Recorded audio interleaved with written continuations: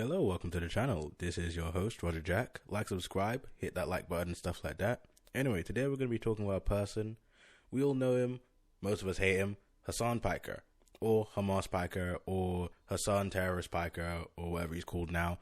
We're going to be going over some things, how he's basically been lying, and he might even be lying about the whole detainment thing. Like, obviously, they're saying that he did get questioned, but his timing and stuff, he might be lying about that, from what it seems like. So, let's get into it. I'll provide some clips, some evidence, and also, again, like, subscribe, and let's go. Hassan's detention story. Interestingly enough, she didn't acknowledge the actual issue, the timeline of events, and how long detainment was for. I wonder why that's the case. Just to be clear, the government literally confirmed that Hassan was detained publicly into multiple media outlets. None of this is in dispute by anyone except the most brain-rotted weirdos. We all know that the issue isn't, that he was detained. Everybody knows detainment was a fact. The issue is how the chronological events of it. That's the issue, and you know this. She's deliberately lying here.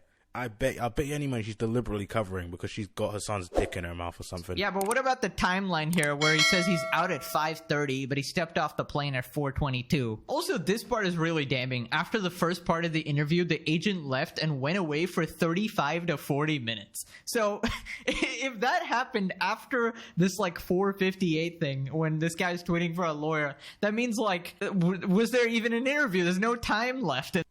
When you look at that, Hassan's one weakness. I'm sad about the damage you've done to your cause. Palestine's caused by your lies about your detention at the airport. A denial of reality is so fucking funny in this circumstance because, the Department of Homeland Security came out and admitted that it took place, and these motherfuckers still are like, nah. They're just lying about that too. Everyone's lying, except you know who's not lying? My favorite content creator. You know what the Department of Homeland Security also said? They said that you were lying for likes.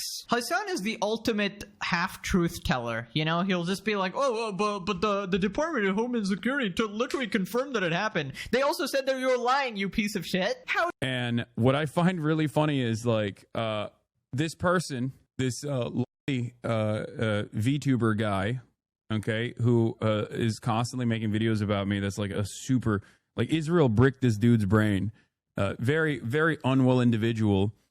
He goes, there's no evidence this happened.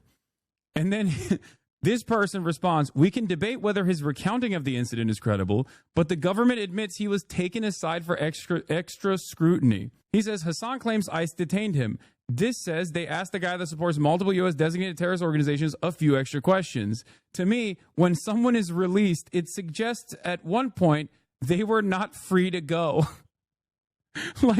He's like, look at the Department of Homeland Security statement. It says it right there. Well, you got me.